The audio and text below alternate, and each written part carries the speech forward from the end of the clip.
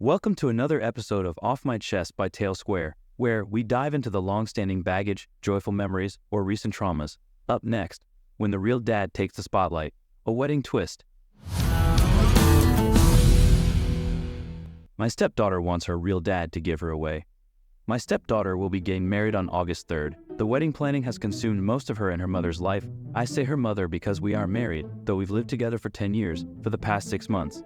My stepdaughter graduated last December from university. I paid for her to go to college, though it was a state school. It still ran $40,000. She does not have a job and has been living with us for the duration of her college career, and since her graduation. I also bought her a car to get back and forth from school when she finished high school. From time to time, her deadbeat father would pop into her life, and she would fawn all over him. Although he has not contributed a cent to her education or paid any child support, though that is my girlfriend's fault as child support was not part of the settlement, she still loves him and wants him in her life. He stays long enough to break her heart by skipping town and breaking some promise that he made to her. The wedding venue holds 250 people max. I gave them a list of 20 people that I wanted invited, since I was paying for everything. They told me that was no problem and they'd take care of it.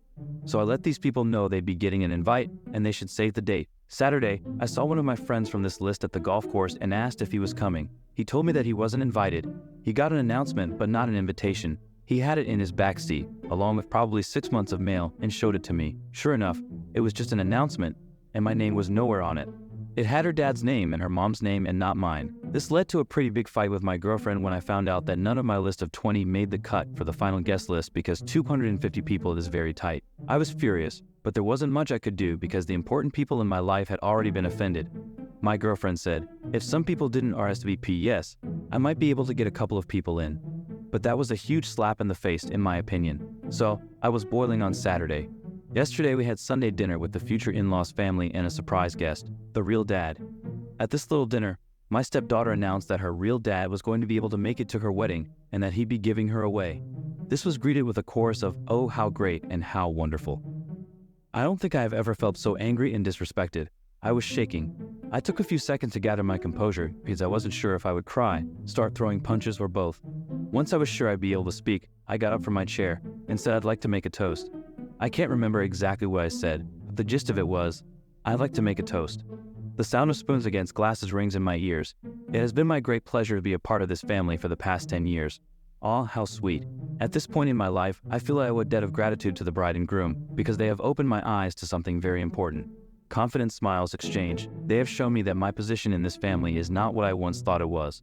A glimmer of confusion and shock begins to spread across the room. Though I once thought of myself as the patriarch or godfather of the family, commanding great respect and sought out for help in times of need, it seems instead that I hold the position of an ATM, good for a stream of money, but not much else. As I have been replaced as host, both on the invitations and in the ceremony, I am resigning my financial duties as host to my successor, real dad. So cheers to the happy couple on the path they have chosen. I finish my drink. You all can let yourselves out. Is this selfish? I'm supposed to shell out 40 to 50 grand for a wedding that I can't invite anyone to? That I am not a part of. I'm so done with this. I'm done with my stepdaughter, and I'm done with my girlfriend. I transferred the money out of our joint account last night. She hasn't had a job since she moved in with me. This morning I called all the vendors I had written checks to for deposits and requested refunds. At present, it looks like I'll lose around $1,500 for the venue, but the other vendors have been great about refunding. Update 1. The immediate aftermath was tantrums and people sitting there mumbling, not actually saying anything to me but to each other. After much yelling with my girlfriend about me being selfish, I spent the night in my home office. No one knocked on my door, not once.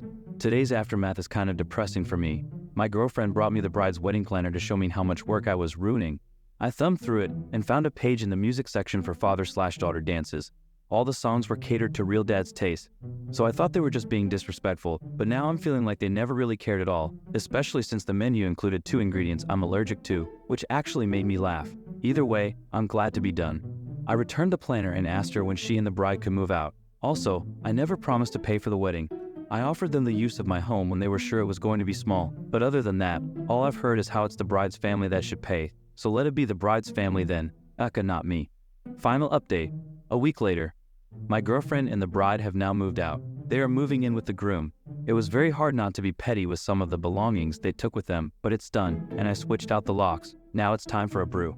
I can't believe how popular this story got, but I feel good to have received support from so many. If I find out what happens with the wedding, I'll let you know, but I can't guarantee I'll put in the effort to find out. From what I've heard, they're trying to scale things back and get his parents to help out. My girlfriend burned bridges when I found out she tried to write herself a check on our joint account the day after the unpleasantness. By then, I had already moved the money, so I guess I'm a bigger idiot than her, but I could feel it coming. That's all. Thanks. Boyfriend 31M woke me 34F up at 2 a.m. to make him dinner. I made him leave instead. I am seriously never dating again. No advice needed, just want to vent. Throw away for the usual reasons. So I became official with this guy a couple of months ago. He was sweet, kind, funny, gorgeous, the usual stuff. Everything was fine. We'd stay at each other's places, have date nights, general relationship stuff. In short, no red flags. A couple of beige ones here and there, but everyone has those.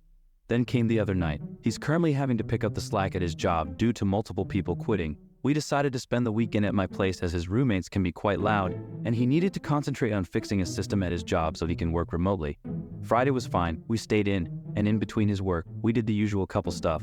Saturday came and something went wrong, so the stress doubled, and he wasn't eating anything I made, which was fine. I simply reminded him there were leftovers in the fridge. By 11 p.m., he's still working, so I headed to bed. I was then startled awake at 2 a.m. by him shaking me, telling me he was hungry now.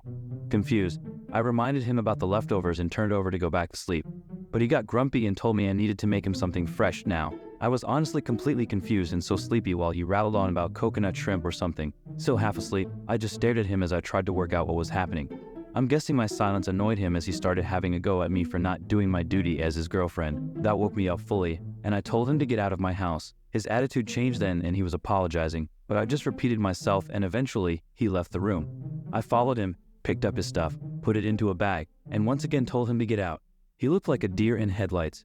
He kept trying to say sorry and hug me, and it was only when I threw his car keys into his arms that he realized I was serious and left. This was Sunday morning. It's now Monday night and I still refuse to speak to him. He's tried calling and texting, but I'm honestly just annoyed and dumbfounded. I know I'll have to speak to him at some point, but I don't want to. He's an idiot. If when I do speak to him, I'll update. For now, I'm going to bed. Update, same day. Holy sweet Jeebus, that's a lot of notifications. Thank you for your overwhelming support. Glad to know I'm not the only one who thinks this is ridiculous. Also to the ones who said I should just done it or agreed with the man-child, thank you. I needed a laugh today. On to the update. He came into my job to talk and explain that his friend saw a video of a woman being woken up to cook for her man, and they decided to test it out on their partners as a loyalty test. So my initial judgment of him being an idiot was correct. He was surprised when I broke up with him, but he was calm and accepting, albeit sad. Either way, that's over with. To answer a few concerns. Nope, no depressants, just bad judgment. No mental health concerns. Yes, he's stressed, but it's surface stress that'll be fine once his work hires some new people, I'm sure. Honestly, not my concern anymore. Someone mentioned unconditional love. The relationship was less than 3 months, chill out. Seriously though, thank you for even taking the time to read my sleepy ramblings. I'm going to buy myself a nice bottle of wine once I finish work as a thank you myself for not settling. Until next time.